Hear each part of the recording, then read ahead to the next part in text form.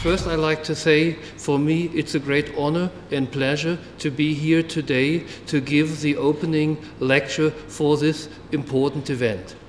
Well, I will give a brief introduction, in particular on the historical developments in metrology. Then I will hope to be able to shed some lights of the role of the National Metrology Institute. I will then turn to the meter convention and the SI, and look in particular at the metrological challenges of the 21st century. I will then discuss metrology and its role in the national quality infrastructure, and turn over to the technical barriers to trade and what the CIPM MRA can do to reduce them, and then in the end I will draw some conclusions. Well, I'm proud to be here in Africa because historically in Africa, metrology for the first time reached a very high level. That was in Egypt about already 5,000 years ago, and that level of organization was unsurpassed for several thousand years because the Egyptians developed a length measuring unit, the cubit, which was the arm length of the underarm of the Egyptian ruler, and it was created in granite, and then copies from that primary standards were made and brought to all the building sites in Egypt, and there from the secondary standards, working standards made out of wood were produced and given to the builders. And these builders had to join once a month and compare their wooden standard with a secondary stone standard in order to make sure that they had a unified length standard in Egypt. Well, when we look into the further historical developments, the time before industrialization, practically no great progress was needed because the needs for metrology were basically for mostly local trade and for taxation and some basic engineering. And it was regulated by local offices of weights and measures. Then came industrialization, and with that the needs changed. National trade grew a lot, but increasingly it was also trade across borders. Taxation was still important, and of course mechanical and later early electrical engineering became important. And the offices to run that were national offices of weights and measures.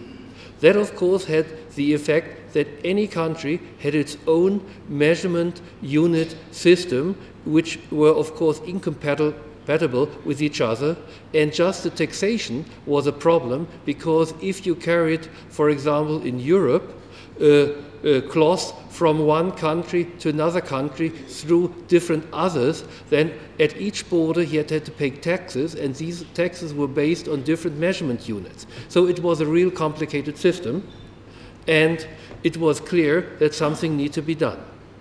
So the solution was, of course, rather obvious.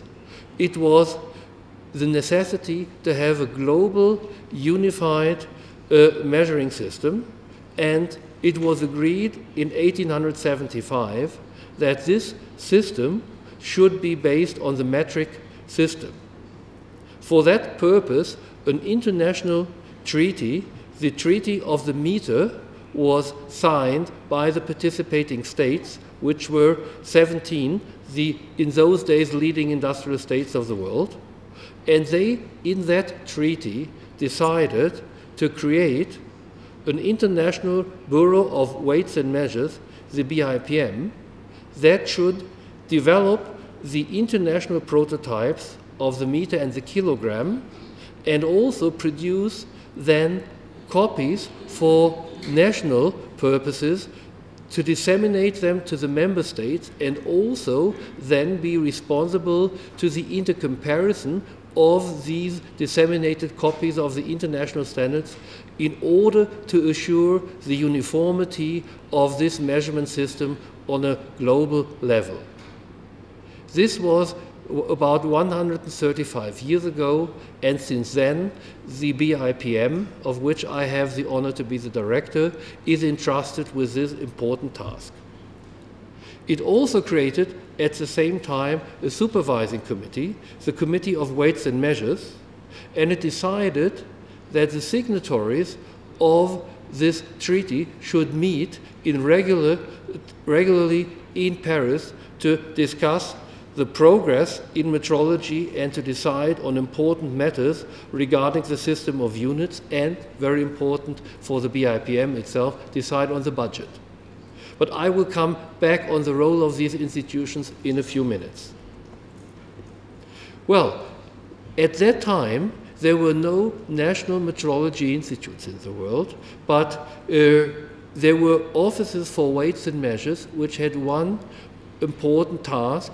It copied the national standards and disseminated them in the country, but basically it was not involved in any research to improve the system of units. It became clear through the industrial developments that there was a lot of need to do research in metrology, in particular in dimensional and electrical metrology, because the goods produced in the second half of the 19th century, like steam engine and early forms of combustion engines, needed much better metrology, much better production accuracy. So this could not be achieved by the traditional offices of weights and measures. So first, in Germany, a new type of institution was created, which was called in Germany Physikalisch-Technische Reichsanstalt, Imperial Office of Physics and Technology. And this was created in particular to do research to improve the measurement standards and also to develop validated methods how measurements would be done. It was obvious after a few years that this was a very good idea, so copies of that institute first sprang up in the UK, the USA, and Japan, and today I think there's no major country in the world which doesn't operate a National Metrology Institute. So what now is today's role of such an institute? Well, let's first have a look at traceability of measurements to units. All measurements must be traceable to a primary realization of the unit, realized according to the definition. The definition is therefore the top of the metrological pyramid. And for that, the international community with the BIPM is responsible. Then these realizations are done in the National Metrology Institutes, where either these institutes operate primary realizations according to the definition of the unit, or if there is no necessity in that country for national purposes to have a realization at that level, they can have their national measurement standard calibrated at an NMI which has such a primary realization.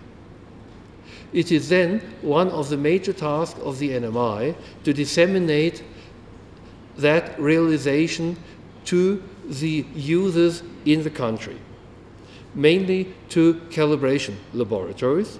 And these calibration laboratories then calibrate the instruments which are needed in industry to do the production and the quality control and health safety controls wherever needed. So, the major tasks are, as I mentioned already, the development and maintenance of national measurement standards, to establish the traceability to the SI, and to disseminate the SI through calibrations to industry, society, and science. But Without research and development, there would be no further improvement of the system of units and the methods of calibration. And this is also a major task of national metrology institutes, to further the development of standards and validate new measurement methods. Of course, in this way, a lot of know-how is established in the National Metrology Institute. And one of the important factors is that this know-how is then transferred into the industry and in other sectors of the country in order to help to make national industry more competitive.